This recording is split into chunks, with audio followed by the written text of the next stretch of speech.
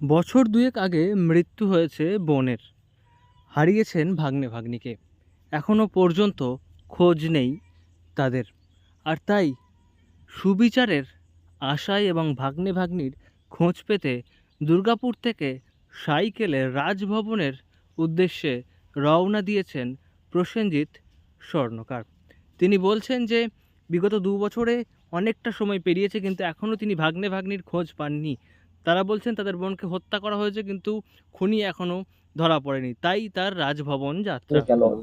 রাজভবন যাচ্ছি রাজ্যপালের সাথে কথা বলতে আমার বোনের মার্ডার কেস নিয়ে, যেটা আজ 21 মাস অলরেডি পার হয়ে গেছে, এখনো পুলিশ কোনো সুরাহা করতে পারেনি। অ্যাকচুয়ালি আমার যেটা মনে হচ্ছে পুলিশ সঠিক 38 নম্বর ওয়ার্ড ইস্ট ইন্ডিয়া বস্তি।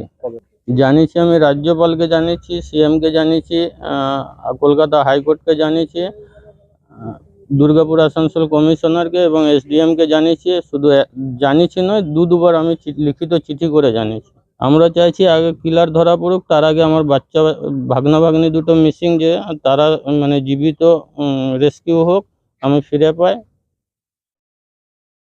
প্রসেনজিৎ স্বর্ণকারের এমন সিদ্ধান্ত দেখে রীতিমতো অবাক হয়ে গিয়েছেন শহরের মানুষ।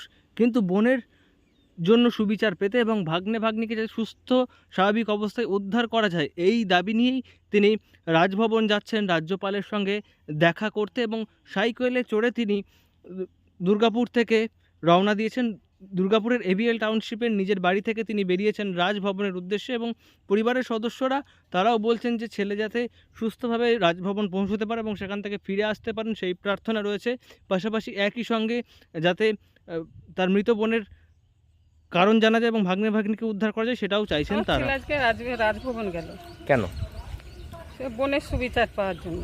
বিচারের জন্য আজকে ছেলে আমার রাজভবনে রওনা দিল সাইকেল নিয়ে। কি চাইছে? আমি এখন মেয়ের আমার সুবিচার চাইছি, আর ওই ছেলে নাতি নাতনি দুটো ফিরে পেতে চাইছি, আর ওই আসামির যেন কঠোর শাস্তি হয়, আর আমার ছেলে যেন সুস্থভাবে ফিরে আসে।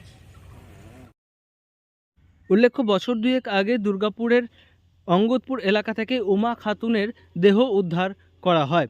প্রসঙ্গত, প্রসেনজিৎ বাবুর বোন উমার সঙ্গে ওই এলাকার রফিক আলমের বিয়ে হয়। প্রণয়ের সম্পর্ক থাকায় বাড়ির অমতেই সেই বিয়ে হয়েছিল এবং তারপর প্রতিবেশীদের মারফত বোনের দেহ উদ্ধার হওয়ার খবর জানতে পারেন প্রসেনজিৎ বাবুরা।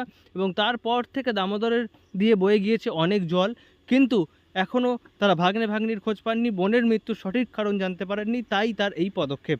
দুর্গাপুর থেকে নয়ন ঘোষের রিপোর্ট, লোকাল 18 বাংলা।